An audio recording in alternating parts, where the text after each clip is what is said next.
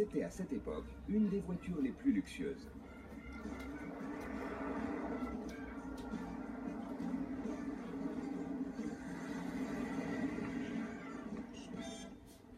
Avec une corniche, on ne conduit pas, on navigue.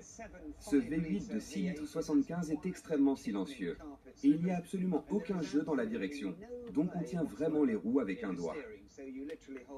Elle se balance et danse comme la barge de Cléopâtre et on flotte littéralement.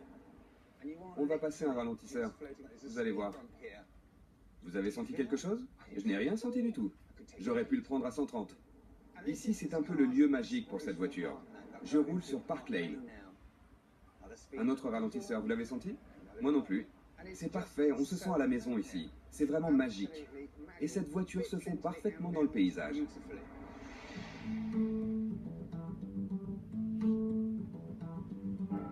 À l'intérieur, c'est comme à bord d'un navire Cunard. Des finitions en noyer, un cuir tendre et de superbes chromes. Il n'y a pas moins de 5 cendriers, un régulateur de vitesse, l'air conditionné, des vitres et des sièges électriques. Ces rétroviseurs en acier inoxydable, avec miroir réglable, sont sûrement les plus beaux rétroviseurs du monde. Et vous avez déjà vu des poignées de porte aussi belles que celle-ci? Les vitres électriques de votre corniche ne se ferment pas complètement à moins d'appuyer sur un bouton. Pourquoi? C'est une sécurité pour que votre enfant gâté ne coince jamais ses petits doigts boudinés. Rolls-Royce avait vraiment pensé à tout. Et c'était nécessaire, car la corniche a sauvé Rolls-Royce de la faillite. En 71, les coûts engendrés par le développement du nouveau moteur de jet RB211 ont mis l'entreprise en liquidation. Avec l'entreprise en faillite, nous savions qu'il était indispensable de défendre nos voitures avec force et ferveur, et de montrer que les Rolls-Royce n'étaient pas liés aux difficultés économiques rencontrées dans le secteur aéronautique. Et ça a marché. La corniche a permis à Rolls-Royce de se relancer et de battre tous les records de vente. Et cela au beau milieu de la crise pétrolière.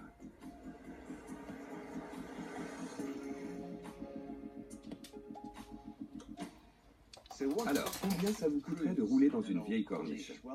Ça va sûrement vous faire pleurer, mais il y a un an, j'ai payé 30 000 € pour acheter la voiture de Khashoggi.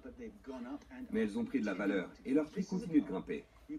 C'est une voiture que l'on peut conduire avec bonheur pendant 2 ans et revendre ensuite pour récupérer son argent et même faire un peu de profit. Khashoggi serait fier, mais vous feriez mieux de vous dépêcher. La Rolls-Royce Corniche est un bien très précieux car elle est sous-évaluée. Si vous souhaitez une corniche avec un faible kilométrage, ça vous coûtera plus de 115 000 €, c'est certain. Vous pouvez commencer avec ce modèle pour 25 000 € et il faudra probablement compter 35 000 € de réparation. Vous ferez toujours un bénéfice sur cette voiture et il y aura beaucoup de monde intéressé pour vous l'acheter. Elles ne peuvent que prendre de la valeur. Elles sont si rares qu'elles sont en quelque sorte les œufs de Fabergé de l'automobile. C'est ça le secret. La corniche a l'air encore plus cool aujourd'hui que dans les années 70. En 74, c'est ici que vivait ma voiture, au 11 Eaton Square, Belgravia, l'une des très nombreuses maisons que Khashoggi possédait dans le monde. Les maisons ici valent jusqu'à 35 millions €, et cette voiture a l'air parfaitement à sa place dans ce décor. Comme si elle avait toujours été là et qu'elle venait de faire un tour dans le quartier. Et le fait que cette voiture, 40 ans plus tard, soit toujours aussi sexy et luxueuse, est vraiment remarquable. Et je ne suis pas le seul à l'avoir remarqué. Lady Gaga s'est acheté une corniche. Et elle semble adorer son potentiel pour se faire remarquer. Elle pourrait s'offrir toutes les voitures qu'elle désire, et c'est cette belle décapotable qu'elle a choisie. La Rolls-Royce Corniche était conduite par les femmes fortunées de Beverly Hills. Taza Gabor en avait une.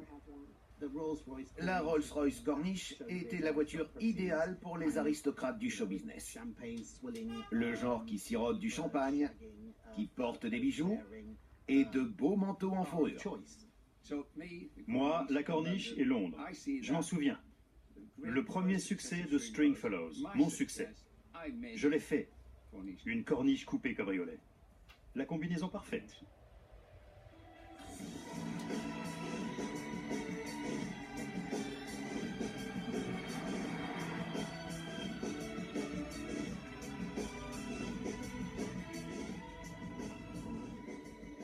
On aime la corniche car on aime les années 70 et toutes les célébrités glamour qui en ont possédé une. Mais c'est une voiture qui marque la fin d'une époque. La fin des années 60 pleine d'optimisme et le début des soucieuses années 70. Les corniches sont devenues plus petites, plus ternes, avec des moteurs moins gourmands et la vie elle aussi est devenue plus terne. Cette voiture vient d'une époque où il était possible d'être richissime et de montrer qu'on l'était. C'était ce que les gens attendaient de vous. La corniche de Khashoggi est une icône glam rock des années 70.